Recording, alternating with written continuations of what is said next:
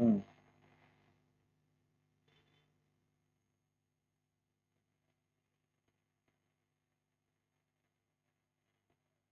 हाँ, GST council, जब GST को इम्प्लीमेंट किया गया तो अब ये प्रश्न ये उठने लगा कि जीएसटी को हैंडल कौन करेगा। अब हैंडल का मतलब क्या हुआ? हैंडल का मतलब कि कितना कलेक्शन आएगा, दूसरा रेवेन्यू कौन रखेगा।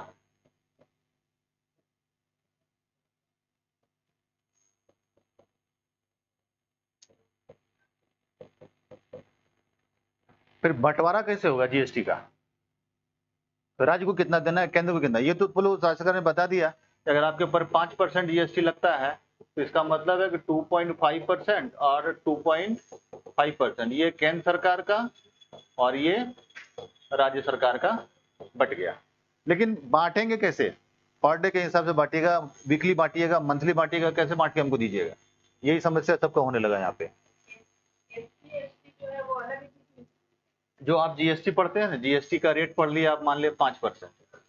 इसमें दो चीज है, सीजीएसटी और एसजीएसटी। यानी क्या कि 2.5% केंद्र सरकार का और 2.5% राज्य सरकार का। ये कब होगा ये भी जान लेते हैं, जब बात एक ही राज्य का होगा। जैसे मान लिया जाए कोई मामला आपका ऐसा है कि रांची से देवघर दोनों झारखंड में जा रहा है, यहां से यहां जाने में जो भी ट्रांसमिट होगा वो सिर्फ जीएसटी होगा, एक ही जीएसटी नाम से जाएगा, बिल बनेगा एक ही नाम से। लेकिन यही चीज अगर दो राज्य की भी बांट दिया जाए ना, जैसे झारखंड से चले जाएं हम बिहार, अब यहाँ जो जीएसटी लगेगा इस पे उसको बोलेंगे आईजीएसटी, अंतरराज्यीय जीएसटी। इसमें कलेक्शन पूरा पूरा केंद्र सरकार रख लेता है, अब बाद में फिर वो राज्य सरकार को दे देता है। यहाँ पे वितरण होगा, इसको नहीं, जो भेजेगा वो नहीं, जिसके पास जा रहा है उसके पास वितरण होगा। अब झारखंड में जहां जहां से आ रहा होगा तो फिर झारखंड को वितरण मिलेगा, मतलब डिस्ट्रीब्यूशन डेस्टिनेशन वाला है। जैसे मान लीजिए कि लोहरदगा से माइंस निकला और चला गया हमारे पास कर्नाटक, तो लोहरदगा से जो माइंस निकला वहां पे कोई टैक्स कोई जीएसटी नहीं लगने वाला है, जीएसटी लगेगा कर्नाटक में जाके, क्योंकि ये तो कच्चा माल है और कच्चा माल जो होता है जीएसटी से फ्री होता है, जीएसटी से फ्री होता है वहां पे। तो जीएसटी लगेगा कहाँ? जैसे ही उस लोहरदगा का जो बॉक्साइट माइन है उसे जिंक बना लिया आपने, ग्रेफाइट बना लिया आपने, तो ग्रेफाइट बनना जो बनाएगा या जो कंपनी जो फैक्ट्री बनाएगा वहां जीएसटी उसको देना पड़ जाएगा। जीएसटी डेस्टिनेशन पे लगेगा, सोर्स पे नहीं लगता है। हाँ एलुमिना बनता है, रड बनता है, हाँ वहां लगेगा, हाँ वहां लगेगा डेस्टिनेशन वाले। अब वहां कच्चा माल कहाँ से आ रहा है? तो भाई लोहरदगा से आ रहा है, तो लोहरदगा में जो भेज रहा होगा ना उसको नहीं देना होगा, लेकिन मूरी में जैसे बन के निकलेगा, हाँ हाँ फिर उसको भी देना पड़ेगा। आगे जैसे जैसे बढ़ाते जाइएगा वहां सब जगह जीएसटी लगता जाएगा आपको। ये ठीक है, ठीक है। अभी जो महंगाई बढ़ा है जीएसटी का लेके, अभी जो बवाल कर रहे थे, राज्य सरकार बोल रहे थे कि महंगाई बढ़ गई, महंगाई बढ़ गई।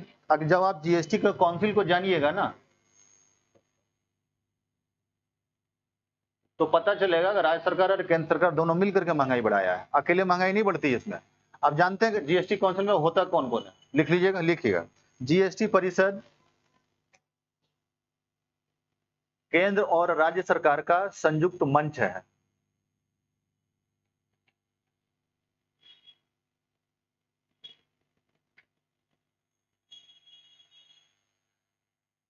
जीएसटी परिषद केंद्र और राज्य सरकार का संयुक्त मंच है। इसमें केंद्रीय वित्त मंत्री,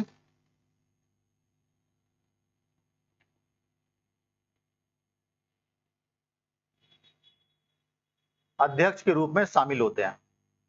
जो केंद्रीय वित्त मंत्री होगा वो जीएसटी काउंसिल का जो है चेयरमैन होगा।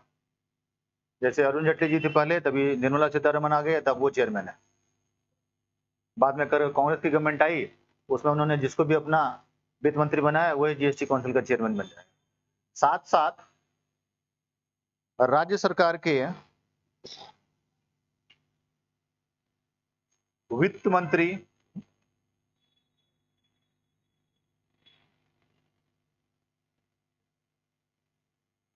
सदस्य के रूप में शामिल होते हैं। यानी इसमें आया कौन कौन?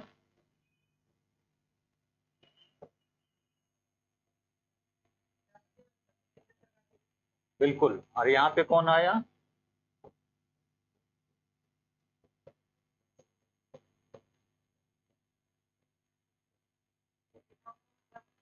स्वाभाविक बात है, जब दोनों मिल करके आप इस काउंसिल को चला रहे हैं और यही काउंसिल डिसाइड करेगा कि किस सामान का कितना दाम बढ़ेगा, कितना कम करेगा, इसका मतलब दोनों मिल करके दाम बढ़ाया है।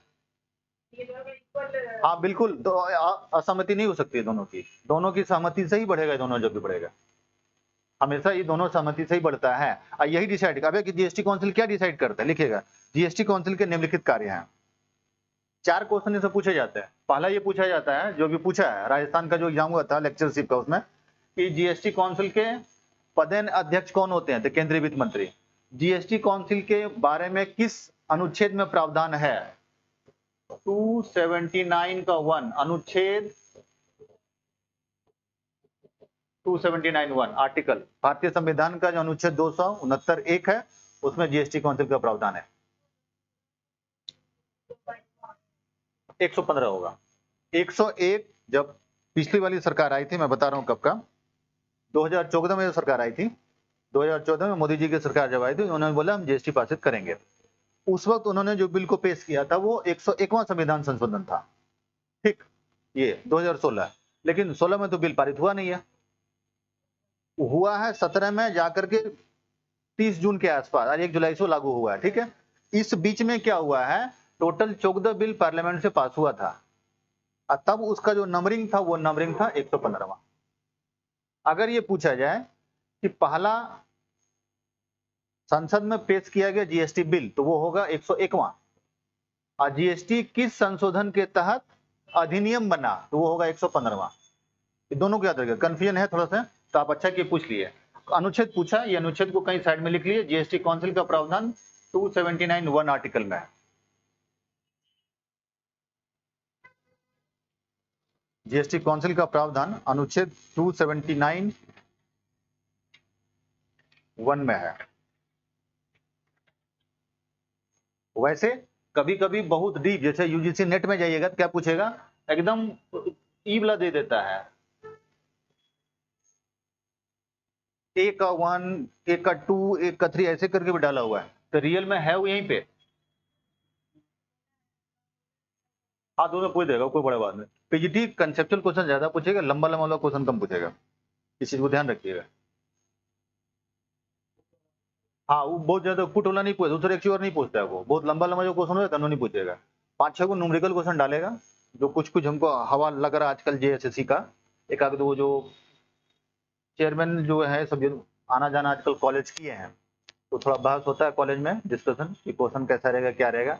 बोला देखो कंसेप्चुअल क्वेश्चन ज्यादा देंगे, थ्योरेटिकल वाला कम रहेगा। दूसरा, प्रीवियस ईयर से कुछ 15-20% क्वेश्चन रहेंगे, ये रहता है। अब प्रीवियस ईयर को कोई मतलब नहीं झारखंड से ही रहेगा, वो यूपी वाला जो एग्जाम हुआ है, केरल का एग्जाम हुआ है अभी हाल में, अब फिर उसके बाद राजस्थान का एग्जाम हुआ है, ऐसा सब भी हुआ है, वो सबसे कुछ क्वेश्चन वो ले लेगा, ये सब सभी लेगा। फिर न्यूमेरिकल टाइप के 2-4 क्वेश्चन जो आजकल हम टेस्ट में डाला करते हैं, बोलो वो सब टाइप के क्वेश्चन भी डाले जाएंगे। बनाने वाले जो उसके क्वेश्चन सेटर लास्ट टाइम पे ये रांची यूनिवर्सिटी वाले या सेंट्रल यूनिवर्सिटी ऑफ झारखंड के थे, तो डिस्कशन करते करते पता चल जाता है कि यहाँ कहाँ तक जाएगा, किस लेवल तक जाएगा। टेस्ट में हम क्वेश्चन इस बार जो डालेंगे, आप देख लीजिएगा, पैटर्न पता चल जाएगा आपको, उससे एग्जैक्ट पैटर्न पता चल जाएगा। सैटरडे को टेस्ट है तो पता चल जाएगा, ठीक है। परिषद के कार्य लिखेगा। नंबर 1, जीएसटी के विभिन्न दर या स्लैब पर निर्णय लेना।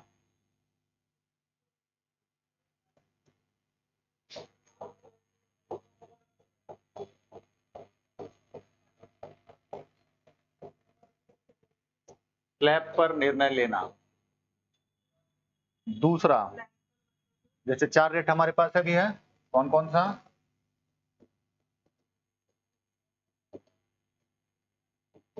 अब है क्या बात चल रही है कि ये दोनों को मिला करके एक नया रेट बनाया जाए 14% से 15% का। अभी बातें ही चल रही है नहीं बनाने की। ये जो नया डिसीजन लेगा ये फिर जीएसटी काउंसिल ही डिसीजन करेगा, अभी नया ही बनने वाला है, या तो ये रहेगा 14 या तो 15, कोई रहेगा। तो नया डिसीजन, हाँ, बाकी 12-18 हट जाएगा, ये 5 रहेगा छोटा वाला, 28 रहेगा बड़ा वाला, जो असामाजिक कार्य जो होते हैं उसको रोकने के लिए उसको। दूसरा लिखेगा नई वस्तुओं और सेवाओं को जीएसटी में शामिल करने का निर्णय लेना।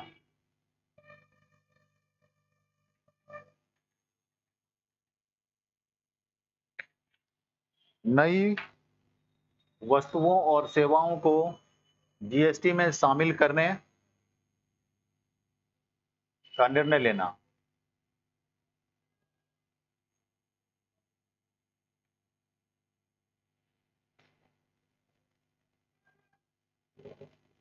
तीसरा, पुरानी वस्तुओं और सेवाओं को जीएसटी से बाहर करने का निर्णय लेना।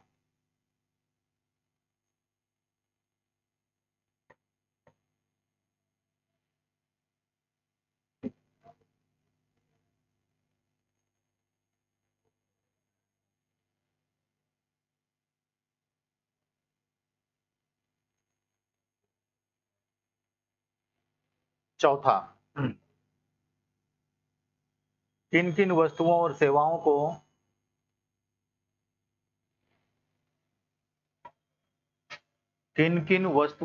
सेवाओं को जीएसटी में छूट दिया जाए।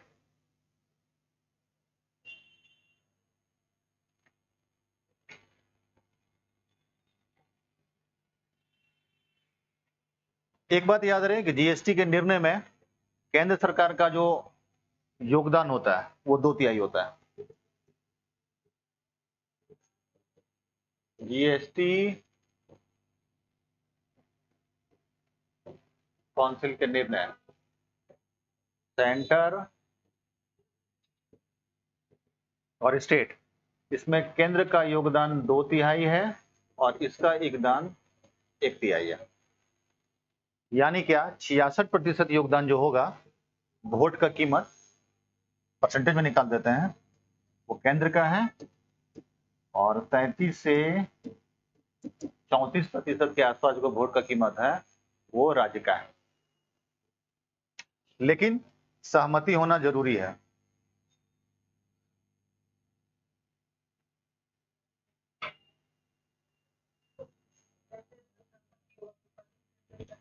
अब परसेंटेज में ज्यादा ही होता है। राज्य सरकार से रिकमेंडेशन जाता है, जनरली इसका रिकमेंडेशन ये आता है कि हमारे पास रेवेन्यू कम हो रहा है तो रेवेन्यू पूरा कीजिए। तभी जैसे बता देते हैं झारखंड में और महाराष्ट्र में और पंजाब में ये 3 जगह का रिकमेंडेशन गया है कि हमारे यहाँ जो घुड़दौड़ का जो खेल होता है इस पे 28% जीएसटी लगा दीजिए। मनोरंजन वगैरह जो कुछ जो मतलब विलासता वाला टाइप का होता है, खेल कूद नहीं। खेल कूद को तो हाँ, जिसमें ज्यादा कोई सट्टा लगा देता है उस तरह के खेल में जो हम लोग 28% जीएसटी की बात, अभी 35वां जो जीएसटी काउंसिल का मीटिंग हुआ है वो मीटिंग में ये डिस्कशन हुआ है कि उसमें 28% लगा दीजिए। तो कहीं कहीं जो 28% लगाया, जैसे बताते हैं बिटकॉइन को, अगर आप बिटकॉइन में पैसा लगाए हुए हैं, ऐसे तो बिटकॉइन जिस देश से आया वही देश वाला उसको इलीगल बोल रहा है, तो भारत में भी बिक रहा है। आरबीआई इसको कई बार बोला भी है, कुछ लोग बोले इसको लीगल कर दीजिए, लेकिन आरबीआई बोलता है इसको लीगल करने में दिक्कत है। फिर से वही मतलब जो है वो क्या बोलता है वो सट्टा बाजार, और फिर वही पता चलेगा हवाला वाला ट्रेडिंग फिर शुरू हो जाएगा। वो होना कोई बड़ी बात नहीं, आराम से हो जाता है सबको। कौन चाहता है मेहनत करना, सब चाहते हैं 1 रुपया लगाया और 1,000 टका निकाल रहे हैं, वो तो सब कोई चाहता है। वहाँ मेहनत करना कौन चाहता है, कोई नहीं चाहेगा वहाँ पे। तो बोला इसमें फिर दिक्कत हो जाएगा, वो रिकमेंडेशन जो गया हुआ है उस पर 28% जीएसटी का, लेकिन लास्ट में आरबीआई बोला कि इसको पूरा पूरा बैंड ही कर दीजिए, इसको पूरा पूरा बैंड कीजिए।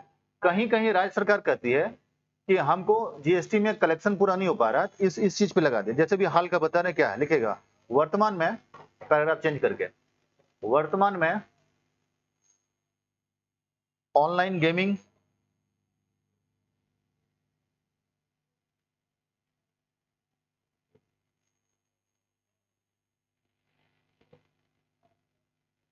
घुड़दौड़ घुड़दौड़ हॉर्स ट्रेडिंग और कैसीनो को खेला है क्या? कौन खेला है, कैसे खेला जाता है, किसी को पता? कैसीनो वगैरह में मनोरंजन पर जो होता है वो सब लगाया गया, वही है। आदि पर 28% जीएसटी लगाने का प्रस्ताव किया गया है।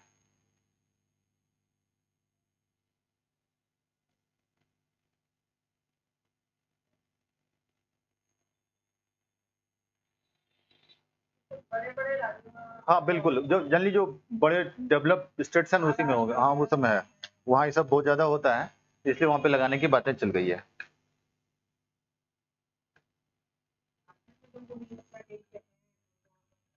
नहीं वैसा कुछ नहीं है। झारखंड सरकार का कहना ये है कि हम कुछ कुछ जो लोकल टैक्स लगा रहे हैं उसमें कहीं कहीं पे भी रिबेट दिए हुए हैं, उसको वो लोग जीएसटी के दायरे में लाना चाहते हैं। तो केंद्र सरकार का कहना है कि एक बार पहले उस पर अच्छे से स्टडी कर लीजिए, अब फिर एक बार हमारे साथ डिस्कशन कर लीजिए। आप बोल रहे हैं कि वो कुछ ऐसा जो रिबेट वाला, तो रिबेट वाला तो ये भी हो सकता है ना, वो आपके आदिवासी इलाका का होगा, तो फिर विद्रोह नहीं होना चाहिए। टैक्स लगाने में समस्या नहीं है, समस्या उसके विद्रोह को लेकर के है। 5% ही हो, बट फिर भी जिसके लिए है कि 2 रुपये 4 रुपये कमा के जमा करता है उसके लिए तो वो महंगा ही होगा ना। इसलिए केंद्र सरकार ने सुझाव दिया कि पहले एक बार आप अच्छे से इसको डिस्कशन कर लिए तब फिर कीजिएगा। ठीक है। अब है कि ये क्वेश्चन ये पूछा था, यूपी हाई स्कूल टीचर का क्वेश्चन था कि जीएसटी काउंसिल क्या है। मैं आपको लिख के दिखा रहा हूं।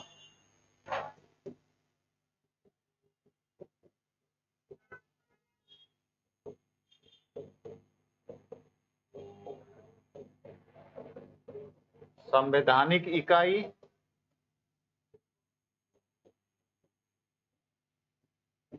सांविधिक इकाई कंपनी अधिनियम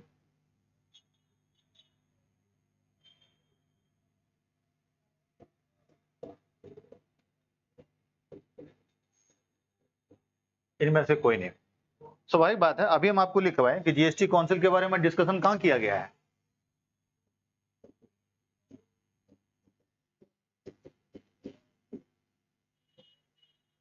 संविधान में किया गया है ना, तो स्वाभाविक बात, जब संविधान में किया गया है और केंद्रीय वित्त मंत्री उसका जो अध्यक्ष है, तो वो कोई ना कोई एक संवैधानिक इकाई होगा जिसके बारे में, हाँ बता देता है। संवैधानिक इकाई का मतलब जिसका संविधान में वर्णन होगा। सांविधिक इकाई का मतलब जिसको पार्लियामेंट से कानून बना करके बना दिया गया, लेकिन उसका कोई संविधान में जिक्र नहीं है। अब बोलोगे ऐसा कौन सा, ढेर सारा है। इसको बोलते हैं स्टेटरी बॉडी है।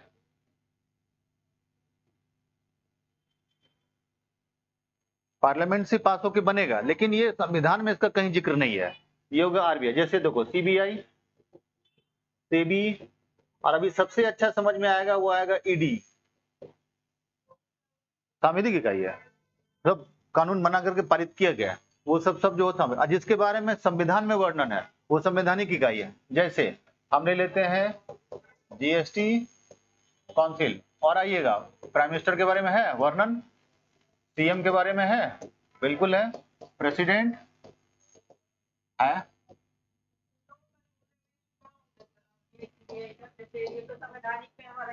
हाँ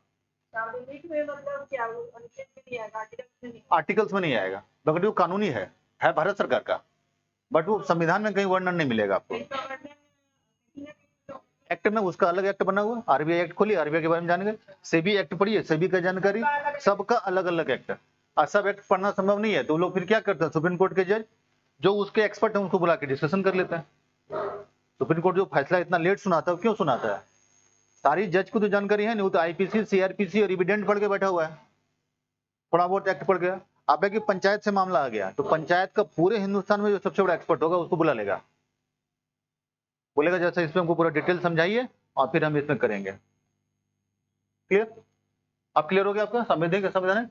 कंपनी अधिनियम, कंपनी का आपको पता है जो प्राइवेट होगा सब कंपनी वाला होता है, और इनमें से कोई नहीं को छोड़ दीजिए, वो हम लोग ऐसे डाल देते हैं जब कोई ऑप्शन नहीं मिलता है तो। क्वेश्चन क्या ऐसा पढ़ लेते हैं, जीएसटी कितने प्रकार का है, 5 बोले या 4 बोले? नहीं भाई 4 होता है, 0% जीएसटी के रेट में नहीं आता है, 4 है आपके पास। जीएसटी का 4 रेट है, 5, 12, 18, 28, और ये जो 0% है ना, ये जीएसटी के रेट में नहीं आता है। तो होप आपका कंफ्यूजन दूर हो गया होगा। ठीक है, क्लियर यहां तक सबका? आइए अब बात, हाँ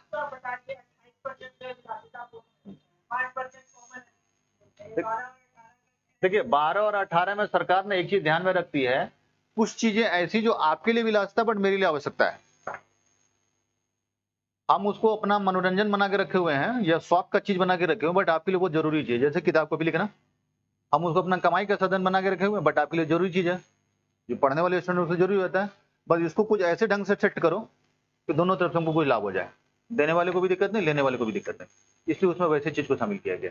एक तरह से देखिए तो कहीं कहीं विलासता भी है, कहीं कहीं देखिए किसी के लिए जरूरी चीज भी होता है, ये भी हो जाता है। जैसे दवाई वगैरह जो होता है उसको तो एग्जेम्प्टेड करके रखा हुआ है कि दवा पे नहीं लगाएंगे, जो बहुत महंगा दवा उस पर तो और भी नहीं लगाता हम लोग, ये भी करके रखा हुआ है। अब क्लियर? आइए तीसरा है GSTN, GST नेटवर्क इसको बोलते हैं।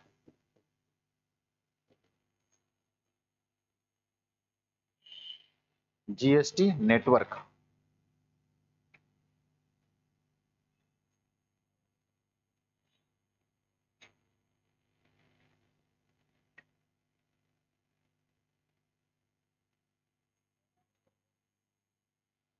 इस पे क्वेश्चन अभी तक ज्यादा नहीं पूछा है, ठीक है, लेकिन याद रखिएगा ये एक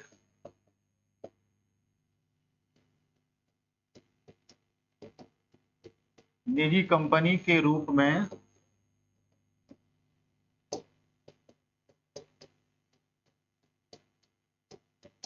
कार्य करता है। यानी क्या, ये कंपनी अधिनियम के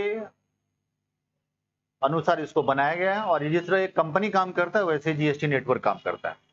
ठीक है, लिखिएगा यह एक गैर सरकारी, यह एक गैर सरकारी कंपनी के रूप में कार्य करता है।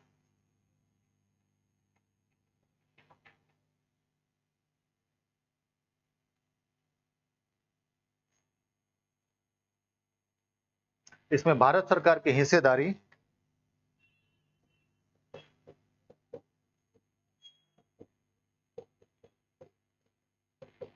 24.5% है।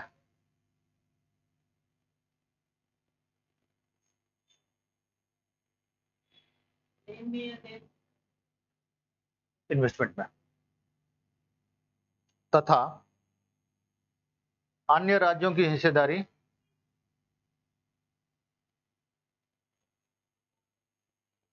वो भी 24.5% है।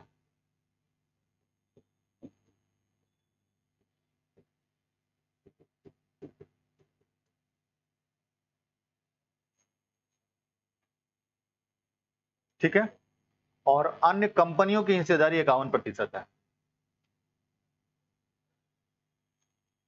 अन्य कंपनियों की हिस्सेदारी 51%, यानी सरकार का हिस्सेदारी कम है और प्राइवेट का हिस्सेदारी ज्यादा है, इसलिए एक प्राइवेट कंपनी के रूप में कार्य करता है।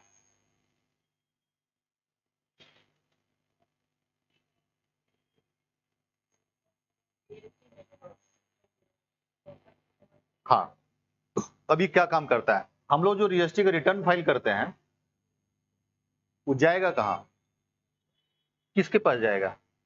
जैसे यहाँ हम लोग इनवॉइस भरे, ऑनलाइन भरे, फॉर्म भरे, हम लोग क्या किए, GST नेटवर्क का वेबसाइट खोलते हैं, GST नेटवर्क खोले, उसमें इनवॉइस पर हम लोग अपना जमा कर लिए, या आपने अपना पेमेंट कर दिया। ठीक, पेमेंट करने के बाद जो इनवॉइस होता है वो सिर्फ जो ऑटोमेटिकली GST नेटवर्क पे चले जाता है। आपका एक GST का रजिस्ट्रेशन नंबर भी होता है, उस नेटवर्क पे काम करता है। ये पेमेंट सब चला गया। इसमें ये भी तो हो सकता है आपसे गलती हो जाए, या आप ये बोलेगा हमको मेरा रिटर्न भी दीजिए, क्योंकि हम 2 बार तो GST देंगे नहीं। जैसे A से सामान गया B के पास, अब B से सामान गया C के पास, और C से सामान D, और D फाइनल है, अब D के बाद कोई नहीं है। ठीक, A वाला तो माल है, कच्चा माल,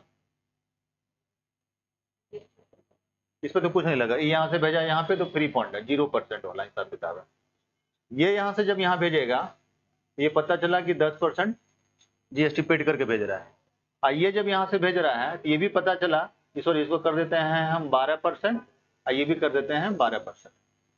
ठीक है, जब ये C इससे सामान ले रहा है, यहाँ तो दे रहा है, GST दे रहा है, और जब ये C इसको सामान दे रहा है उसमें भी तो उसका GST जुड़ा हुआ था ना, जा रहा है, तो क्या ये 2 बार देगा? 2 बार नहीं देगा, एक ही बार देगा। तो करेगा क्या, पेमेंट पहले वो कर देगा, अब बाद में वो क्लेम करेगा कि मेरा इतना रिटर्न बनता है, लेने वक्त तो 12% दिया, वो दे देगा, और फिर इसको दे रहा है तो भी 12%। आप देख लीजिए ऐसे, इसमें जो ऐड किया है ये तो प्रॉफिट जोड़ के दिया ना, इसमें जो पेमेंट किया होगा वो तो प्रॉफिट जोड़ के दिया होगा, टैक्स जोड़ के सी दिया इसको है, डी भी जो इसको दिया वो टैक्स जोड़ के दिया, दोनों हिसाब किताब लगा। आज सी तो बेचारा 2 बार दे दिया, किससे मांगेगा? जीएसटी नेटवर्क से मांगेगा। जीएसटी नेटवर्क को बोलेगा, अब बोलो कैसे मांगेगा, बोलेगा हमारा आईटीसी बनता है। आईटीसी मतलब input tax credit. Input tax credit मतलब आउटपुट माइनस इनपुट, जितना हम जमा किए और जो हम पहले दे चुके थे, दोनों का अंतर हम दिखा रहे हैं। यहाँ हमको पता चला कि मेरा इस महीने का 27,000 रुपया का जीएसटी वापस होगा, हम दे रहे हैं वहां आपको 54,000 रुपया, तो मेरा 27,000 वापस कीजिए। फिर तुम भी जब रिटर्न फाइल करोगे तो दोनों मिल जाएगा ना, अब तो ऑनलाइन वाले में सब मिल जाता है, तो तुम्हारा भी क्लेम सही है, मेरा भी क्लेम सही है, तो उसको पता चल रहा है कि हाँ इन्होंने यहाँ से सामान लिया था और इन्होंने यहाँ इसको इतना पेमेंट किया है, 27,000 इनका वापस होता है, 10 दिन के अंदर फिर वापस हो जाता है पेमेंट उनका। अब ये वापस कौन करेगा? ये वापस करेगा जीएसटी नेटवर्क। इतना ही नहीं, गलती हो गई है तो सुधार कौन करेगा? GST network. कुछ नया आप फर्म खोलना चाह रहे हैं, उसका रजिस्ट्रेशन लेना चाहते हैं, तो ये कौन खोल के देगा? GST network. सब काम जीएसटी। हम एक डायग्राम बना देते हैं, तुरंत क्लियर हो जाएगा आपका। मान लीजिए कि जीएसटी एन यहाँ पे है, क्लियर है? यहाँ पे ऑडिट जीएसटी नेटवर्क करेगा, रिफंड जीएसटी नेटवर्क करेगा, आपका चालान भी जो कटता है वो जीएसटी नेटवर्क काट के देगा। देते हैं वो भी नेटवर्क हो जाता है। हाँ, नेटवर्क हो ही जाता है। जीएसटी जो देते हैं वो नेटवर्क के पास जाता है, नेटवर्क के पास जाता है। अब बोलेगा सर नेटवर्क से फिर कहाँ जाएगा? वो आरबीआई के पास जाएगा, आरबीआई लेके रख लेता है। अब फिर जब केंद्र सरकार बोलती है कि इस राज्य का इतना बनता है, इस राज्य का इतना बनता, वापस कर दीजिए, तो केंद्र सरकार को राज्य सरकार बोलती है कि मेरा जो जीएसटी वो हमको दिया जाए। अब दिया कैसे जाए? मान लिया कोई सरकार की योजना घोषित हो गई, केंद्र सरकार राज्य सरकार को योजना घोषित किया, उसको पैसा चाहिए, वो आरबीआई को बोलेगा हमको मदद कर दीजिए, तो आरबीआई पहले देख लेगा, अगर आपका ऑलरेडी यहाँ है तो वही दे देंगे, और नहीं है तो सहायता भी देंगे। ये भी होता है।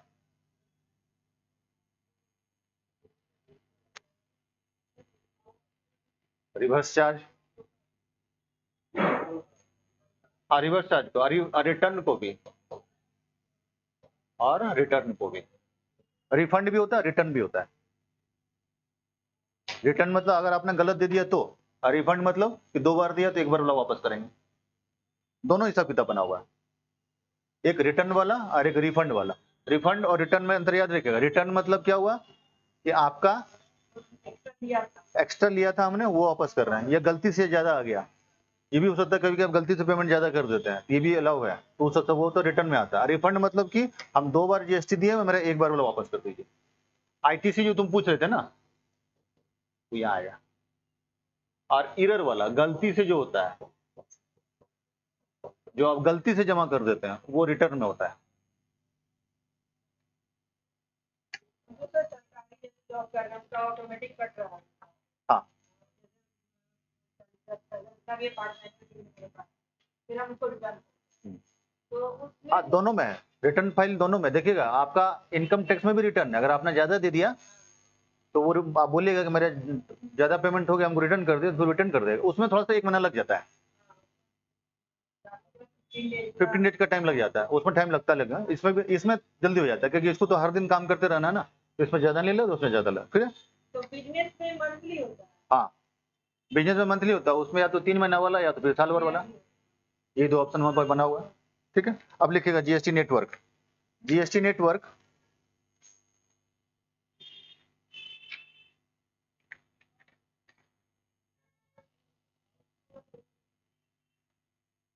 एक नॉन प्रॉफिट गैर सरकारी कंपनी है,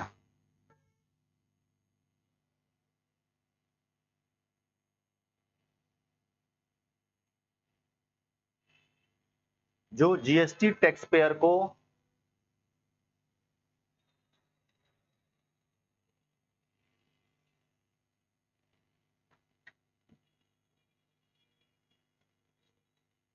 जीएसटी टैक्स पेयर को एक प्लेटफॉर्म उपलब्ध कराती है।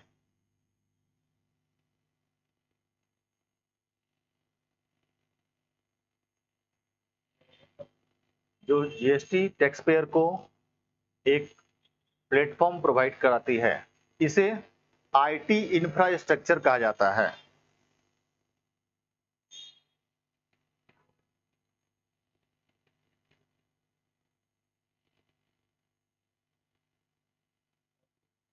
IT infrastructure.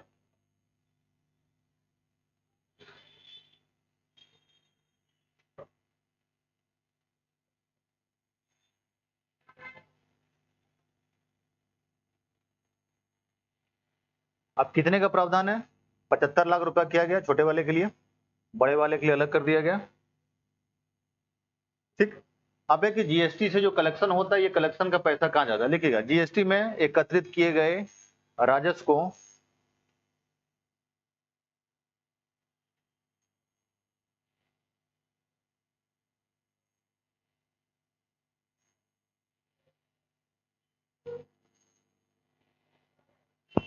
जीएसटी में एकत्रित किए गए राजस्व को आरबीआई के पास हस्तांतरित कर दिया जाता है।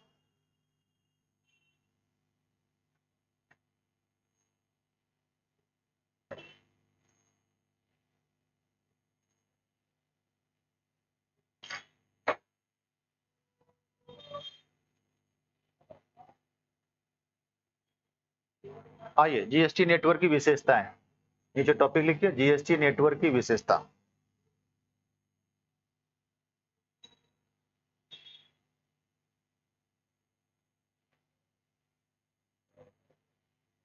जो जीएसटी का जो है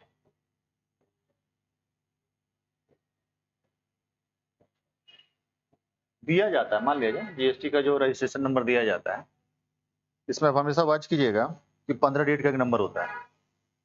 ये नंबर एक दिया जाता है, जीएसटी रजिस्टर नंबर अप्लाई कर दिया गया। अब इसमें समस्या ये है कि इस नंबर से ये पता चल जाता है कि कौन से राज्य का मामला है। उसमें कोडिंग ऐसे ढंग से किया हुआ है कि हर राज्य को एक अपना कोड दे दिया गया, वही कोड उसमें डाल दिया जाता है, तो वहां पकड़ा जाता है कि ये जो है किस राज्य का मामला है, किस राज्य में जा रहा है, ये तो पकड़ लेता है यहाँ पे। कभी कभी क्या होता है कि जीएसटी का जो नेटवर्क जो होता है ना, वो इतना जटिल होता है कि पता नहीं चल पाता है कि कहाँ से आ रहा है, कैसे कट, क्योंकि कोई कोई मान अब हम गलती कर रहे हैं, हमसे आपने सामान खरीदा, तो स्वाभाविक बात, आप तो सही से क्लेम कर दिए भाई हमारा दे दिया, लेकिन हम तो गलत करके बैठे हुए हैं, तो मिलाने में थोड़ा सा टाइम लग जाता है। जीएसटी नेटवर्क इस चीज को बहुत आसानी से पकड़ लेता है। हाँ, इस नंबर पर वो पकड़ लेगा कौन गलती किया है, आप गलती किया है, हम गलती किया, तुरंत पकड़ा जाता है। कहीं कहीं जो गड़बड़ी में पकड़ाया है, वो पकड़ाने का पीछे कारण भी यही होता है।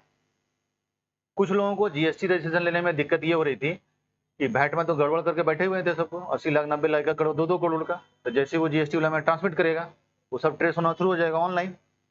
तो बहुत लोग इसलिए भी वैट से रजिस्ट्रेशन लेना नहीं चाह रहे थे। तो भारत सरकार ने कहा हम सबको एक मौका देते हैं, पीछे जितना गलती है सब अपना सुधार लीजिए, सब मौका दे रहे हैं, उसके बाद आप रजिस्ट्रेशन में आइए। लेकिन जिसका वैट रजिस्ट्रेशन है उसका जीएसटी रजिस्ट्रेशन ऑटोमेटिकली हो जाएगा, वो भाग नहीं पाइएगा उस। हाँ, वैट वाला जो है यहाँ कमी है, जो वैट में नंबर अगर लिए हुए हैं तो ऑटोमेटिकली जीएसटी में रजिस्टर्ड हो जाएगा नंबर आपको, वही नंबर से, मतलब नंबर तो खाली चेंज करेगा ही। वैट में थोड़ा 12 डिजिट का था, इसमें 15 डिजिट का नंबर है, एक नंबर इसमें।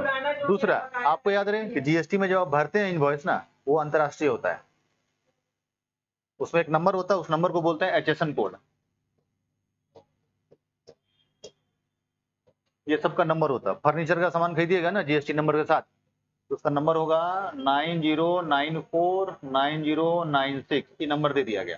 जितना फर्नीचर का सामान है, चाहे ये लीजिए, जितना सामान है सबका ये 2 नंबर है, बाकी कोई नंबर नहीं होता है, सबका सामान का अलग कोटिंग किया हुआ। ये अंतरराष्ट्रीय होता है, दूसरे देश में भी जाइएगा तो वहां भी यही नंबर मिलेगा आपको, ये जीएसटी नेटवर्क करेगा।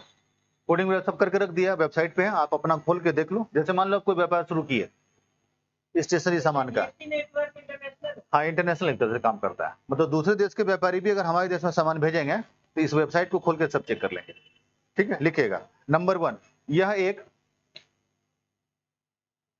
जटिल आईटी पहल है, यह एक जटिल आईटी पहल है जिसमें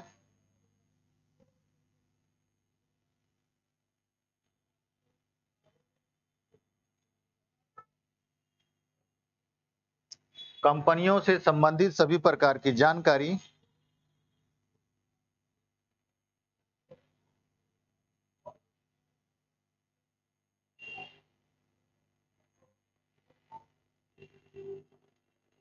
कंपनियों से संबंधित सभी प्रकार की जानकारी दी जाती है।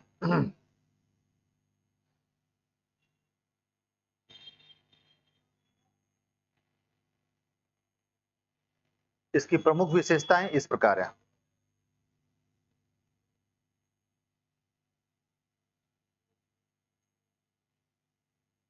नंबर 1, यह विश्वसनीय राष्ट्रीय सूचना साझा करता है। यह विश्वसनीय राष्ट्रीय सूचना साझा करता है।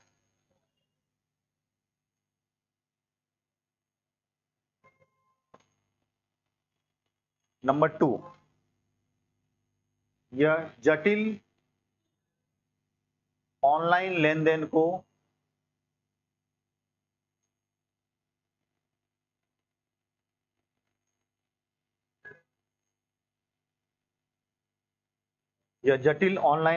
में पारदर्शिता लाता है।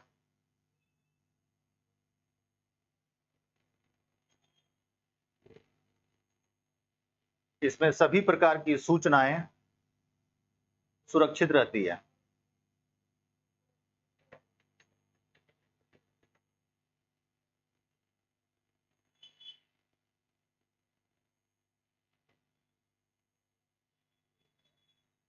चौथा, यह राज्य सरकार या राज्य और केंद्र के खर्च को बांटता है।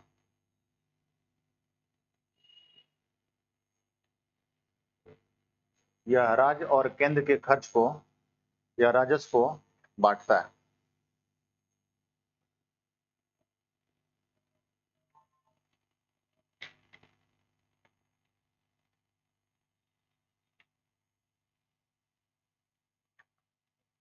यह राज्य और केंद्र के खर्च को बांट देता है। अब देखते हैं तुरंत। हाँ, अब है कि क्वेश्चन क्या पूछेगा, झारखंड का कितना था? 22% इंक्रीज किया है। पिछले वर्ष की तुलना में इस वर्ष राज्य सरकार के राजस्व में यानी जीएसटी राजस्व में 22% की वृद्धि हुई है। ये क्वेश्चन याद रखिएगा, टेस्ट में तो हम डालेंगे ही कुछ नया तरीके से और एग्जाम में भी इंपॉर्टेंट है। लेकिन जब झारखंड वाला सेक्शन पढ़ेंगे, झारखंड की अर्थव्यवस्था, तो वहां भी हम सबको पूरा लिखवा भी देंगे। लेकिन तत्काल आप कहीं अभी से याद रखिएगा, 2-4 बार पढ़ेगा तो याद हो जाएगा। 22% है। अब परसेंटेज ही पूछेगा, अमाउंट नहीं पूछता है। जहां डाटा बहुत कॉम्प्लेक्स होता है वहां कभी भी परीक्षा में वैसा डाटा नहीं पूछा जाता है कि बेतुका क्वेश्चन कोई सरकार नहीं कर। जैसे पिछले वर्ष की तुलना में 2022 में झारखंड में जीएसटी में राजस्व में कितनी वृद्धि हुई बताओ।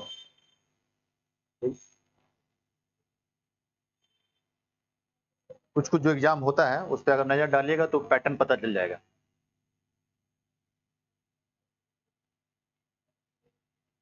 हाँ भाई, जीएसटी के आने से एक दो बात और याद रखते हैं। कंपोजिशन स्कीम,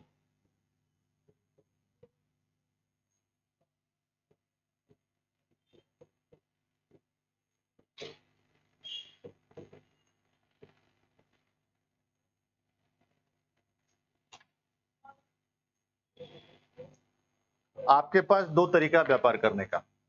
जीएसटी का टॉपिक है नेक्स्ट, कंपोजिशन स्कीम। हम अभी क्या क्या पढ़े? GST council, GST N. अब पढ़ रहे हैं कंपोजिशन स्कीम। ठीक, आपके पास व्यापार का दो ही। अच्छा ये बता सकते हो कोई कोई कि हॉरिजॉन्टल बिजनेस क्या होता है और वर्टिकल बिजनेस क्या होता है? कोई बता सकते हो? तो कोई बता, मतलब व्यापार व्यापार कभी किए हो कि नहीं किए हो? या अभी पिताजी के होटल में खाना पीना चल रहा है?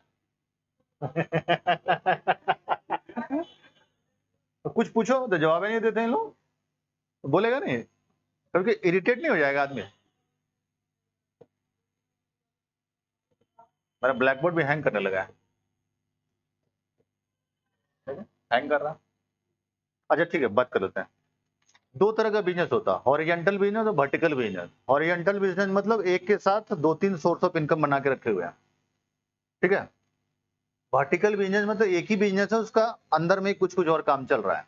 जैसे मान लीजिए आपके पास वो रेस्टोरेंट है रांची में, ठीक है, अब वही एगो रेस्टोरेंट आप रामगढ़ में खोल के रखे हुए हैं वही नाम से एगो रेस्टोरेंट आप देवघर में, वही नाम से रेस्टोरेंट गिरिडीह में, वही नाम से रेस्टोरेंट अलग अलग जगह पे खोल के रखे हुए हैं। It is known as the vertical business. एक ही बिजनेस है, ब्रांच अलग अलग है। जब एक बिजनेस का कई ब्रांच होगा तो उसको बोला जाता है वर्टिकल बिजनेस, ऊर्ध्वाधर व्यवसाय इसको बोला जाता है। और जब आपके पास दो तीन अलग अलग बिजनेस होगा तो उसको बोला जाता है हॉरिजॉन्टल बिजनेस। मतलब ई वाला धंधा पानी बंद हो गया, होटल वाला, तो एक काम करते हैं, चलो थोड़ा कोचिंग क्लास देख लेते हैं। कोचिंग क्लास बंद, अच्छा काम करते हैं, कॉलेजों खोल के रखे हुए बीएड वाला, उससे भी काम चला लेते हैं। अच्छा बीएड कॉलेज में धंधा पानी ठीक है, अच्छा काम तो फार्मेसी लोग खोल के रखे हुए, वहां भी जाके देख लेते हैं क्या समाचार है।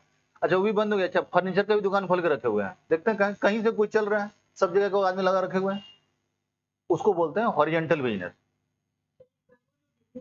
तो हम अलग अलग जगह खोल रहे हैं, हमारा जो जीएसटी नंबर काटेगा कि ये सब में देखिए अगर आप, हाँ जीएसटी नंबर यूनिफॉर्म रहता है। एक ही है बिजनेस, तो अगर बिजनेस एक है पूरे हिंदुस्तान में तो उसका एक ही जीएसटी नेटवर्क होगा, एक ही नंबर होगा। लेकिन अगर आपका बिजनेस अलग अलग है तो जीएसटी नंबर भी अलग अलग होगा। ये हॉरिजॉन्टल और वर्टिकल में हाँ थोड़ा इसलिए बता रहे हैं, थोड़ा अंतर हो जाता है। जैसे मान लीजिए कोई पब्लिकेशन लाइन खोल के रखा हुआ है और अब कोई ऐसा है कि कोई रेस्टोरेंट खोल के रखा हुआ है, ये दोनों बिल्कुल डिफरेंट बिजनेस है। यहाँ दोनों पे अलग अलग जीएसटी का नेट नंबर लेना पड़ेगा आपको, यानी अलग अप्लाई करेंगे जीएसटी पे। और दोनों पे जीएसटी का रेट भी अलग अलग है, एक नहीं है, एक पे तो बहुत रिबेट भी है ये लोग। लेकिन एक ही बिजनेस है, जैसे मान लीजिए आप रेस्टोरेंट खोल के रखे थे, 4-5 जगह खोल दिए, सब जगह एक ही नेटवर्क से, एक ही रजिस्ट्रेशन नंबर से काम चला लीजिए। राज्य अगर बदल दीजिएगा, राज्य अगर बदलिएगा तो फिर जीएसटी का अलग नंबर लेना पड़ता है, क्योंकि हर राज्य का अलग अलग कोड होता है। तनिष्क वगैरह है, तो ये लोग हाँ देखिए तनिष्क तो पूरे यूनिफॉर्म है, एक ऑल इंडिया लेवल पे काम करता है, तो एक लेके रखा हुआ है, जो इसका हेड ऑफिस होगा वहीं से इसका पेमेंट आता होगा। तो मतलब सिंगल जीएसटी इसका एक होगा, ये तो पूरे स्टेट में है। पूरे स्टेट में है, लेकिन एक लेके रखा हुआ है। आप एक ऑप्शन है कि क्या आप हर राज्य का अलग अलग रिटर्न फाइल कीजिएगा, तो संभव नहीं है। कौन करता है भाई, तो करता है महाराष्ट्र वाला, टाटा का है ना, है तो टाटा का ही वो तो महाराष्ट्र वाला करता है। तो महाराष्ट्र वाले ही रिटर्न फाइल से सब जगह जाता है, यहाँ जो आप पेमेंट करते हो ये पूरा पूरा ऑनलाइन वहां चले जाता है, उसके अकाउंट में जमा हो जाता है। हाँ यही सब है भी थोड़ा कंफ्यूजन वाली बात, ये होता है कंपोजिशन इसके। पूरा पूरा मेरा बोर्ड आज हैंग कर गया, इतना नहीं पढ़ना था।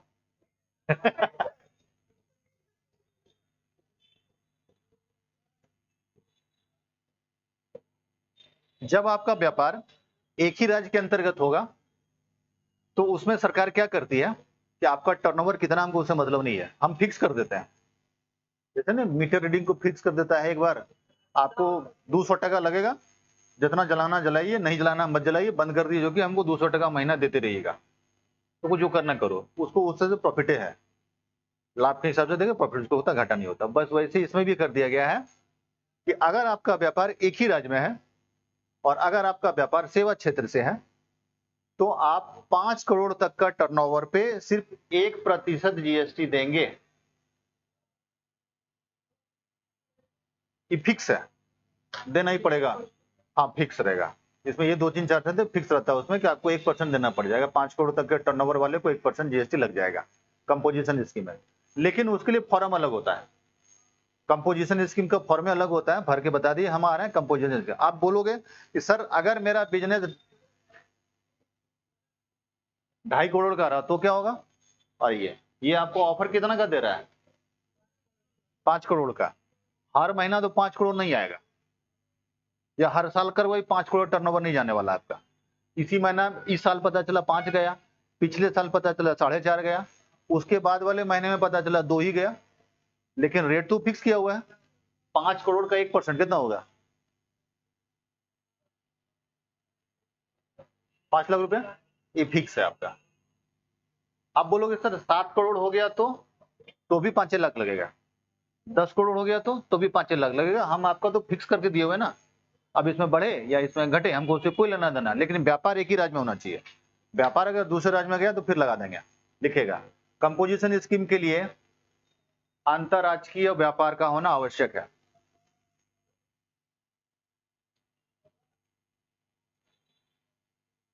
कंपोजिशन स्कीम के लिए अंतरराजकीय व्यापार का होना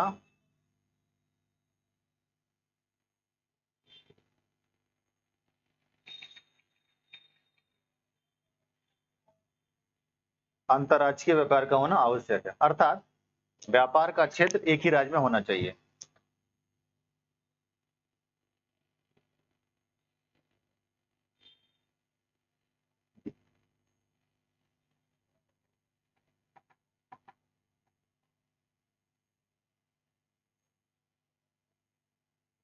पांच करोड़ तक के टर्नओवर पर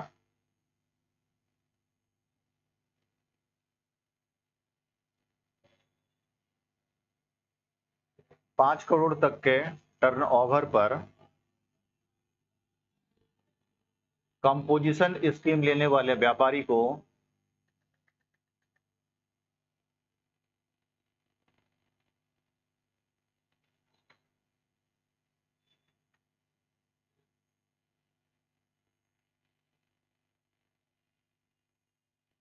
एक प्रतिशत जीएसटी देकर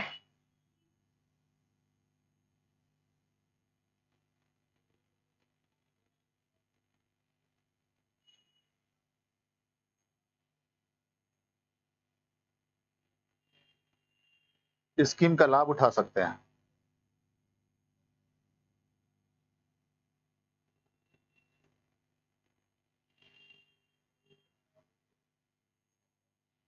अर्थात किसी भी परिस्थिति में कंपोजिशन स्कीम लेने वाले को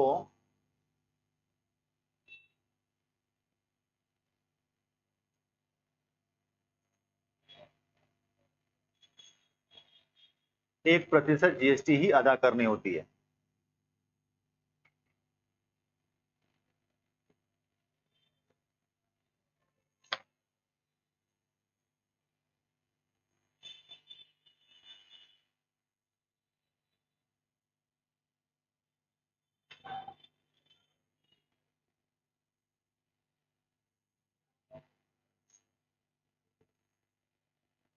लेकिन इसमें शर्त यह है कि व्यापार आपका एक ही राज्य क्षेत्र में होना चाहिए।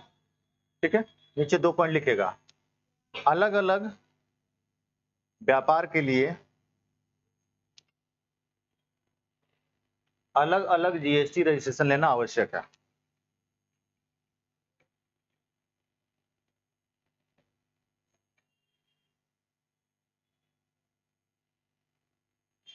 अलग अलग व्यापार के लिए अलग अलग जीएसटी का रजिस्ट्रेशन लेना आवश्यक है।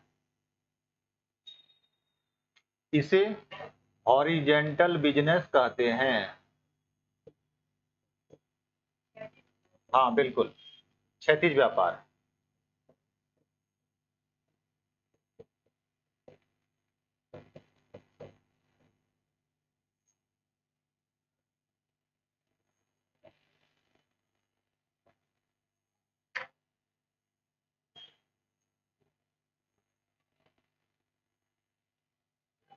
एक ही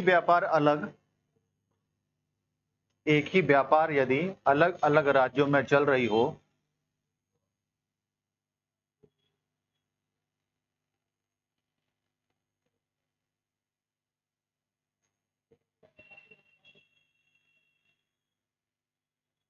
तो उसके लिए अलग अलग जीएसटी लेना अनिवार्य नहीं है, जीएसटी रजिस्ट्रेशन लेना अनिवार्य नहीं है।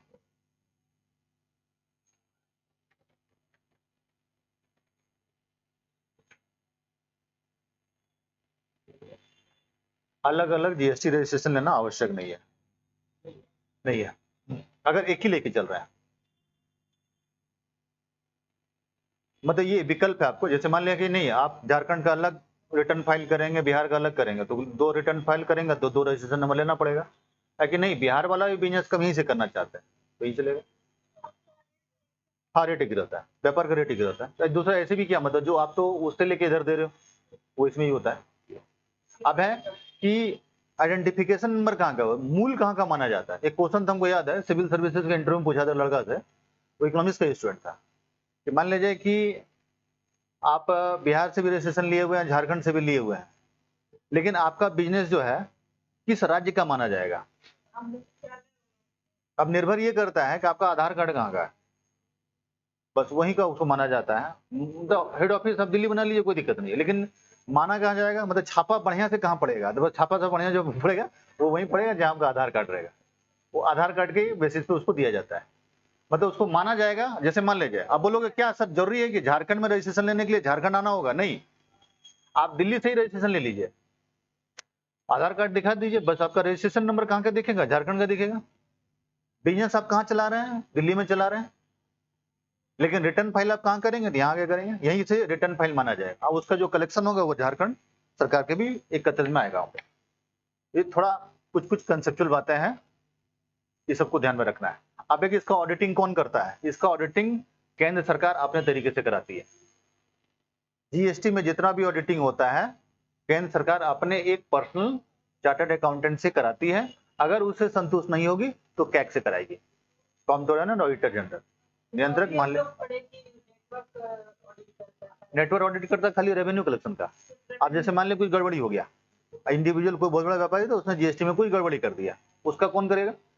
वो तो जीएसटी नेटवर्क नहीं करेगा ना, और उसका टाइम भी नहीं है, उसको तो डेली करोड़ों का रिटर्न फाइल इधर उधर हो रहा है, उसी में बेचारा बिजी है वो। तो ये काम करने का काम किसका? ये काम करने का काम जो है वो इंडिविजुअल ऑडिटर करता है। ठीक है, ये क्लियर यहाँ तक?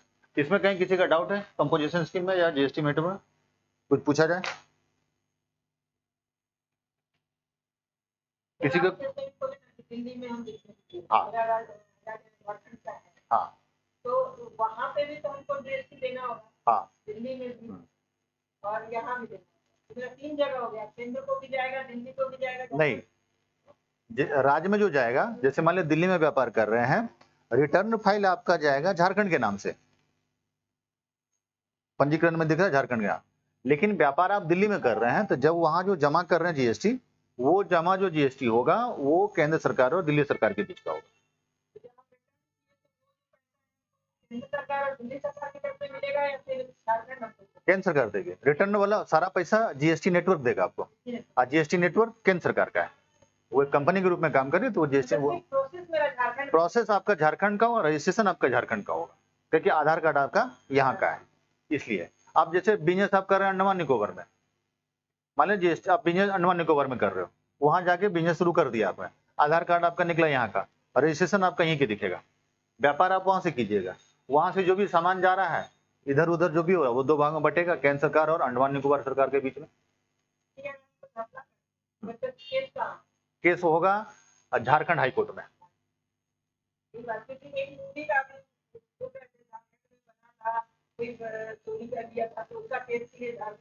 आना पड़ा, हाँ, जहाँ आपका है जुरिडिक्शन जहाँ माना जाएगा वहीं आता है। जैसे किताब लिखते हैं, मान लीजिए एक लेखक किताब लिखता है, उसमें साफ साफ लिख देता है कि इसका जितना भी जुरिडिक्शन होगा, क्षेत्राधिकार, वो दिल्ली हाई कोर्ट में होगा, क्योंकि सबका पब्लिकेशन दिल्ली बैठा हुआ है, तो सबको वहीं जाना। दूसरा, कभी भी लोग ऑथर को नहीं देते हैं कॉपीराइट, क्योंकि जानता है ऑथर लोग 3-4 जगह मिला हुआ होता है, कहीं कुछ मैटर यहाँ दे दिया, कुछ मैटर वहां दे दिया, तो गड़बड़ जाता है, सब अपने पास रख लेता है वो लोग। वैसे ही आपका जो रजिस्ट्रेशन होगा, जहाँ जब है बिजनेस कहीं भी कर सकते हैं, वो तो मना नहीं है, बिजनेस को करने का अधिकार बनता है हमारे पास, तो कर सकते हैं। कल का टॉपिक है हमारे पास जीएसटी और सहकारी संघवाद, ज्यादा बड़ा नहीं है, कल इस पर डिस्कशन थोड़ा विचार से करना क्या है, और आप क्या पढ़ के रखिएगा बता, पहले बात की संघवाद क्या होता है तो पढ़ लेंगे, ठीक है। सुप्रीम कोर्ट का जो नियम है इससे संबंधित वो पढ़ लीजिएगा, संघवाद होता क्या है,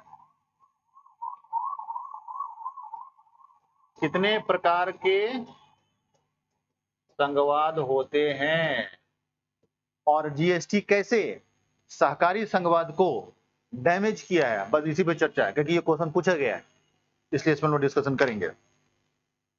कल ये जीएसटी का लास्ट क्लास होगा, उसके बाद फिर नेक्स्ट इनकम टैक्स का, थोड़ा बहुत जो बेसिक तो जानना चाहिए। वैसे भी सैलरी उठाओगे 60,000 रुपया, तो रिटर्न फाइल करोगे ना, तो अपना हिसाब किताब जोड़ के निकालोगे कि नहीं निकालोगे। मतलब सरकार काट लिया जाएगा, तो पता रहना चाहिए कि हम भी एगो अर्थशास्त्र वाले हैं, हमसे पंगा मत लीजिए, रिटर्न फाइल हम भी करके दिखा सकते हैं आपको। तो बस वही है, जानकारी रहना एकदम ठीक। अर्थशास्त्र पढ़ने वाला विद्यार्थी अगर गरीब और भूखे हैं, पैसा नहीं कमा पा रहा है, तो इसका मतलब अर्थशास्त्र ठीक से नहीं पढ़ा है। कुछ नहीं, आराम से सब जानिए टेक्निकल सब चीज जानिए, दुनिया में क्या सही हो रहा है क्या गलत है भी जानना चाहिए। हवा हवाई वाला बात पे नहीं, सबको जो नाम ऑथेंटिक हो गया। कल का टॉपिक ये रहेगा, कल सब पढ़ के भी आएगा, इसको थोड़ा में डिस्कस करेंगे आप। सहकारी संघवाद, सुप्रीम कोर्ट के नियम सब कल डिस्कस कर लेंगे। जीएसटी कैसे सहकारी संघवाद को डैमेज किया और प्रभावित किया, इसमें कोई शक नहीं। तो केंद्र सरकार का अधिकार थोड़ा ज्यादा है, राज्य सरकार का कोई वैल्यू नहीं है, उठा के साइड कर देता है। Okay, good day.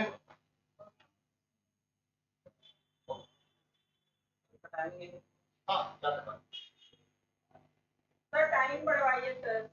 टाइम को 1.5 घंटा करवाएंगे। हाँ, इतना में सेटिस्फैक्शन नहीं होता नहीं, है। डिस्कशन वाली बात नहीं, कोई जगह पे डिस्कशन की जरूरत पड़ जाती है। हाँ, दिसंबर लास्ट है, जनवरी टेस्ट सैटरडे है, सब याद रखिएगा। कुछ नहीं पड़ेगा कोई बात नहीं, फिर भी टेस्ट देंगे। हाँ, वो पेपर है। टेस्ट में सब ज्वाइन कर लेगा, व्हाट्सएप नंबर लेकर के सब ज्वाइन कर उसके मंडे को तो पहले टेस्ट लेंगे, उसके बाद मंडे टेस्ट लेंगे, उसके बाद टेस्ट में डिस्कशन करेंगे। 150 क्वेश्चन माइक्रो इकोनॉमिक्स, तो व्हाट्सएप पे जोड़ देगी, उस नंबर है मेरे पास, लेना दे देगी। तो आप बोले थे पहले चर्चा करेंगे। हाँ, चर्चा कर लेंगे, वो तो करेंगे, लेकिन क्वेश्चन को उसी में मंडे को डिस्कशन कर लेंगे, इसी को याद रखिएगा। मंडे जब उसका डिस्कशन हो जाएगा पूरा, जब मंडे टेस्ट का क्वेश्चन डिस्कस कर लेंगे तो उसमें हम सब एक करके बता देंगे, तो पता चल जाएगा कैसे बनेगा। ये भी एक तरीका निकालने का, या हो सकता है उसको हम संडे कर दें, ये भी कर सकते हैं, या उसको हम पूरा बना के हम रेडी करके रख देंगे, फिर उसको अपलोड कर देंगे, आप अपना देख लेंगे, ये भी कर सकते हैं। हाँ, वो तो क्लास में भी आके पूछ सकते हैं, वो सब चलेगा। टेस्ट का क्वेश्चन जो भी होगा, जो उसमें हार्ड क्वेश्चन होगा, लगभग 30% क्वेश्चन हार्ड है। नहीं, बहुत इजी भी रहेगा, सब क्वेश्चन तो हार्ड आता भी नहीं एग्जाम में ना, कुछ क्वेश्चन तो 1 लाइनर भी आता है ना। पीजीटी को ध्यान में रख, अभी इधर 3-4 महीने में जो पढ़ेंगे सब हो जाएगा। वीडियो वाला क्लास देख लिया कीजिएगा, जो वीडियो अपलोड है एप्स पे, मैक्रो वाला, अभी जाके मांगो, बोलो मेरा वीडियो क्लास अब कहाँ हमको दीजिए, पूरा सब एप्स पे है। नहीं, वो 2-4 में नहीं है, वो नहीं है, पूरा वीडियो अपलोड है, 60-70 वीडियो होगा। मैक्रो पूरा हुआ है, मैक्रो पूरा हुआ है, पब्लिक फाइनेंस चल रहा है, इसके बाद इंडियन इकोनॉमी, फिर Jharkhand economy.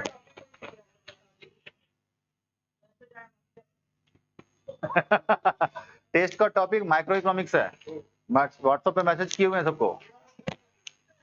Okay, good day. तो भी पहले वीडियो अपलोड करो सर।